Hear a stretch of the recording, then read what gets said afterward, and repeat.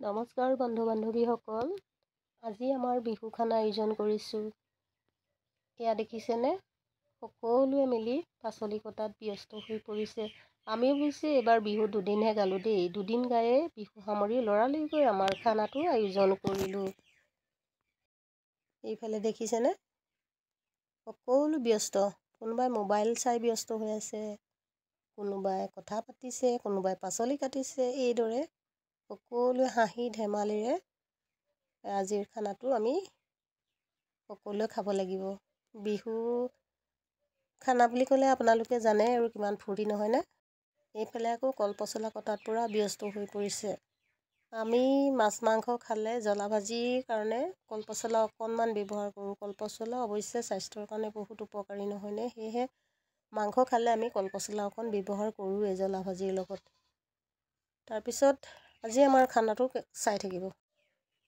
আৰু এয়া দেখিছেনে, কোনোবাই আকৌ কামৰ মাজৰ পৰাই পটককৈ ঘৰৰ পৰা এপাক আহোঁ বুলি ওলাই গৈছে, কোনোবাই কথা লেকচাৰ মাৰিছে, কোনোবাই এইদৰে কামত ব্যস্ত হৈ আছে। সকলো ভাগে ভাগে ব্যস্ত নহয়নে?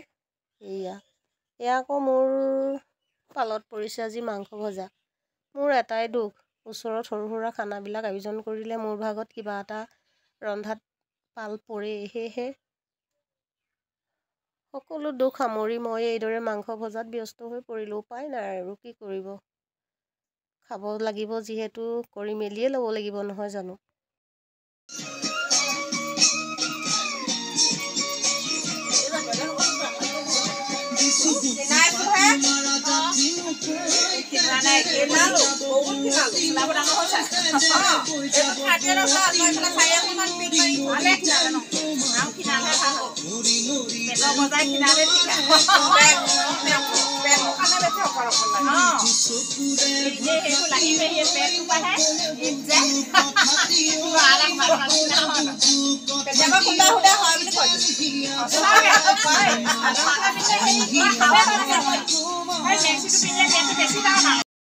এইফালে আকৌ ৰাজহাঁহৰ মাংস।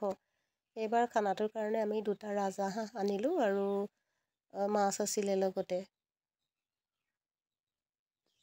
এয়া দেখিছেনে, এইফালে খানা হৈছেগৈ আৰু মাংস তৰকাৰী ইতিমধ্যে হৈছেগৈ। আৰু এইফালে ভিতৰত এইদৰে আমি মাছ ফ্ৰাই কৰি আছোঁ।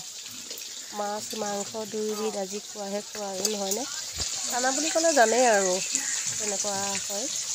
তেনেহ'লে আপোনালোকে চাই থাককচোন।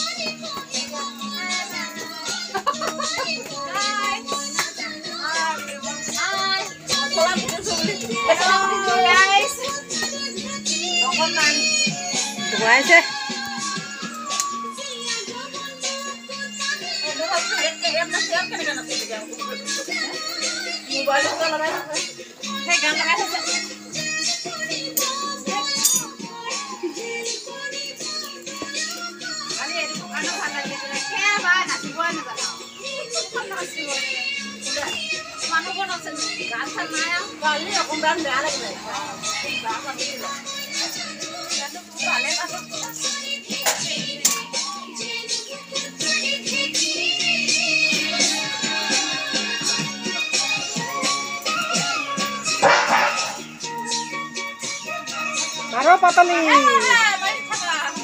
পাতলি মাৰো, এই পাতলি মাৰো।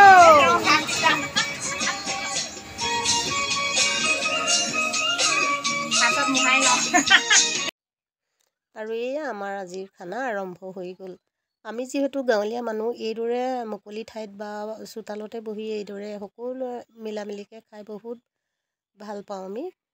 খানা খাই থাকোঁতে ওচৰতে সৰু ল'ৰা ছোৱালী কেইটামানে বিহু গাই আছিলে, সিহঁতকো মাতি আনি আমাৰ লগতে আজি খানাটো খাবলৈ দিয়া হ'ল। এয়া দেখিছেনে, সকলোৱে এইদৰে মিলামিলিকৈ খাই বৈ আমি লাষ্টত বিহু উৰুৱাম। দেখিছেনে, এয়া ল'ৰা ছোৱালীকেইটা এইদৰে খাই আছে। খাই বৈ উঠি কিমানখিনি কৰিব পাৰোঁ আপোনালোকে চাই থাকক। তেনেহ'লে আজিলৈ বাই বাই।